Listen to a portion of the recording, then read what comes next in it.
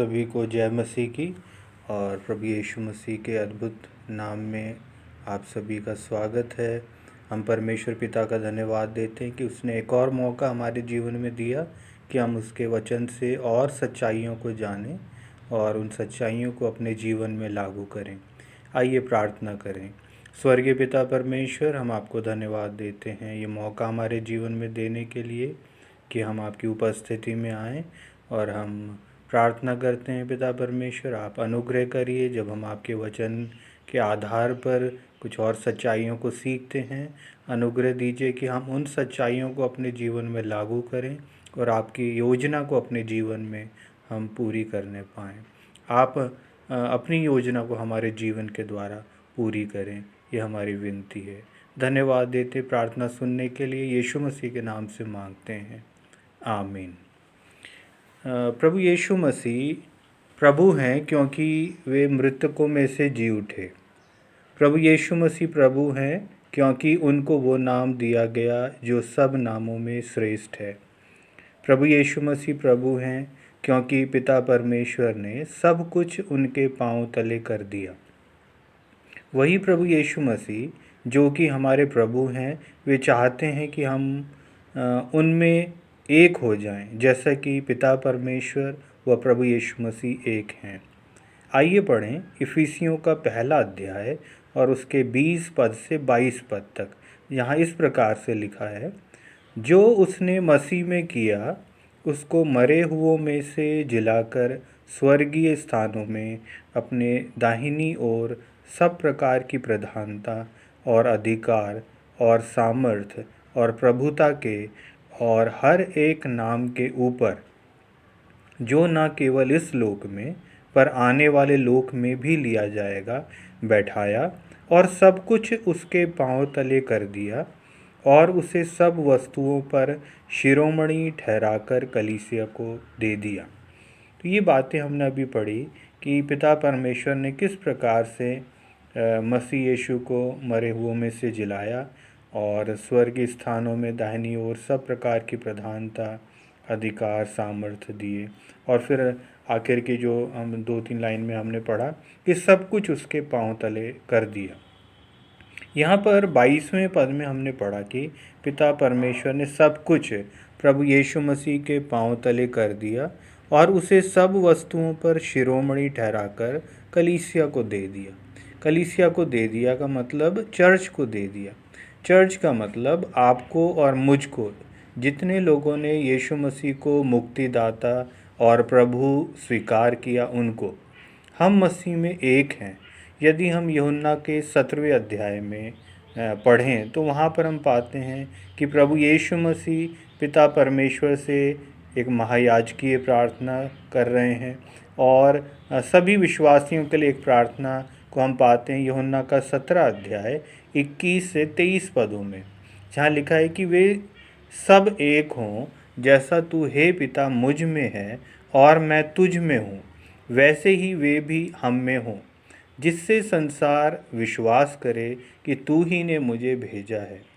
वो महिमा जो तूने मुझे दी है, मैंने उन्हें दी है कि वे वैसे ही एक हों जैसे कि हम एक हैं, मैं उनमें और तू मुझ में, कि वे सिद्ध होकर एक हो जाएं और संसार जाने कि तू ही ने मुझे भेजा, और जैसा तूने मुझसे प्रेम रखा वैसे ही उनसे प्रेम रख।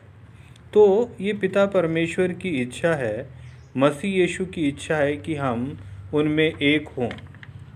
कलीसिया या चर्च यीशु मसीह की देह है, यीशु मसीह की दुल्हन है। जब हम प्रभु यीशु मसीह को अपने जीवन का मुक्तिदाता स्वीकार करते हैं, ग्रहण करते हैं, हम यीशु मसीह में एक हो जाते हैं। वो हमारे जीवन का प्रभु और स्वामी बन जाता है। आइए पढ़े इफिसियों का 5 अध्याय और उसका 23वां, 29वां और 30वां पद, जहाँ इस प्रकार से लिखा है, क्योंकि पति पत्नी का सिर है, जैसे कि मसीह कलीसिया का सिर है और स्वयं ही देह का उद्धार करता है। और 5 का 29, क्योंकि किसी ने कभी अपने शरीर से बैर नहीं रखा, वरन उनका पालन पोषण करता है, जैसा मसीह भी कलीसिया के साथ करता है। और 30वां पद है, इसलिए कि हम उसकी देह के अंग हैं। तो यीशु मसीह और कलीसिया या चर्च का रिश्ता दूल्हा और दुल्हन का है। एक उदाहरण के द्वारा हम इस बात को समझेंगे। एक साधारण सी लड़की की शादी एक धनी व्यक्ति से हो जाती है, तो लड़की के जीवन में शादी के बाद 3 मुख्य बदलाव आते हैं। पहला, उसकी पहचान बदल जाती है। दूसरा, उसकी पदवी बदल जाती है। तीसरा, उसको अधिकार मिल जाता है। पहला जो है, उसकी पहचान बदल जाती है। अब वो अपने पति की पत्नी के रूप में जानी जाती है। जो आदर लोग उसके पति का करते हैं, वैसा ही आदर वो भी पाती है। दूसरा जो बात थी, उसकी पदवी बदल जाती है। अब वो एक साधारण लड़की नहीं रही। अगर उसका हस्बैंड आउट ऑफ स्टेशन गया तो किसी भी निर्णय के लिए लोग उसी से पूछेंगे। और तीसरी बात, उसको अधिकार मिल जाता है। उसको अपने पति के घर में मालकिन होने का अधिकार मिलता है। अपने पति के धन संपत्ति में उसका भी अधिकार होता है। ठीक इसी प्रकार से जब हम प्रभु यीशु मसीह को अपने जीवन का उद्धारकर्ता, प्रभु, स्वामी स्वीकार कर लेते हैं, तो पहली बात, हमारी पहचान बदल जाती है। यदि हम पहला पतरस और उसका 2 अध्याय और 9 पद में पढ़ें तो वहाँ लिखा है, पर तुम एक चुना हुआ वंश और राजपदधारी, याजकों का समाज और पवित्र लोग और परमेश्वर की निज प्रजा हो। तो हम एक साधारण मनुष्य या व्यक्ति नहीं रहते, हम एक चुना हुआ वंश हो जाते हैं, राजपदधारी, याजकों का समाज बन जाते हैं, परमेश्वर के पवित्र लोग कहलाते हैं, उसकी अपनी प्रजा, निज प्रजा कहलाते हैं। फिर दूसरी बात, हमारी पदवी बदल जाती है। यदि हम इफिसियों का 2 अध्याय और उसका 6 पद पढ़ें तो वहाँ लिखा है, और मसीह यीशु में उसके साथ उठाया और स्वर्गीय स्थानों में उसके साथ बैठाया। हम यीशु मसीह के साथ स्वर्गीय स्थानों में बैठाए जाते हैं जब हम प्रभु यीशु मसीह को प्रभु स्वामी करके ग्रहण कर लेते हैं, उद्धारकर्ता करके स्वीकार कर लेते हैं। रोमियो का 8 अध्याय 17वां पद कहता है, और यदि संतान है तो वारिस भी, वरन परमेश्वर के वारिस और मसीह के संगी वारिस हैं। तो हम मसीह यीशु के साथ परमेश्वर के राज्य में संगी वारिस बन जाते हैं। और तीसरी बात, हमें प्रभु यीशु मसीह में अधिकार मिल जाता है। हमें प्रभु यीशु मसीह के नाम से प्रार्थना करने का अधिकार मिल जाता है।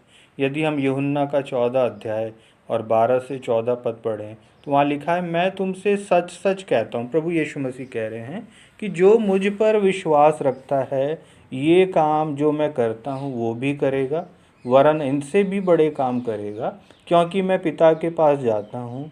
जो कुछ तुम मेरे नाम से मांगोगे वही मैं करूँगा, कि पुत्र के द्वारा पिता की महिमा हो। यदि तुम मुझसे मेरे नाम से कुछ मांगोगे तो मैं उसे करूँगा। तो हम देखते हैं कि प्रभु यीशु मसीह हमें उस प्रार्थना करने के उस अधिकार को देते हैं। हम उसके नाम से मांगते हैं और वो हमें देता है। और मरकुस का 16 अध्याय 17 पद कहता है, विश्वास करने वालों में ये चिन्ह होंगे कि वे मेरे नाम से दुष्टात्माओं को निकालेंगे, नई नई भाषा बोलेंगे, सांपों को उठा लेंगे, और यदि वे प्राणनाशक वस्तु भी पी जाएं तो भी उनकी कुछ हानि ना होगी। वे बीमारों पर हाथ रखेंगे और वे चंगे हो जाएंगे। क्या आपने एक मसीह होने के नाते, एक विश्वासी होने के नाते इन सब बातों का अनुभव किया है? ये सब अधिकार प्रभु यीशु मसीह में आपको और मुझे दिए गए हैं।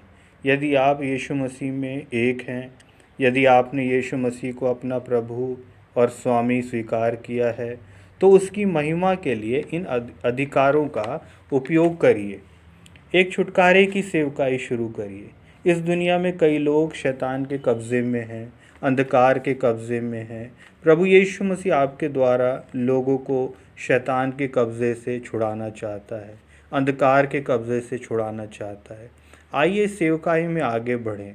पिता परमेश्वर से प्रभु यीशु मसीह के नाम से मांगिए, परमेश्वर आपको अपनी महिमा के लिए इस्तेमाल करेगा। परमेश्वर आपको आशीष दें। धन्यवाद।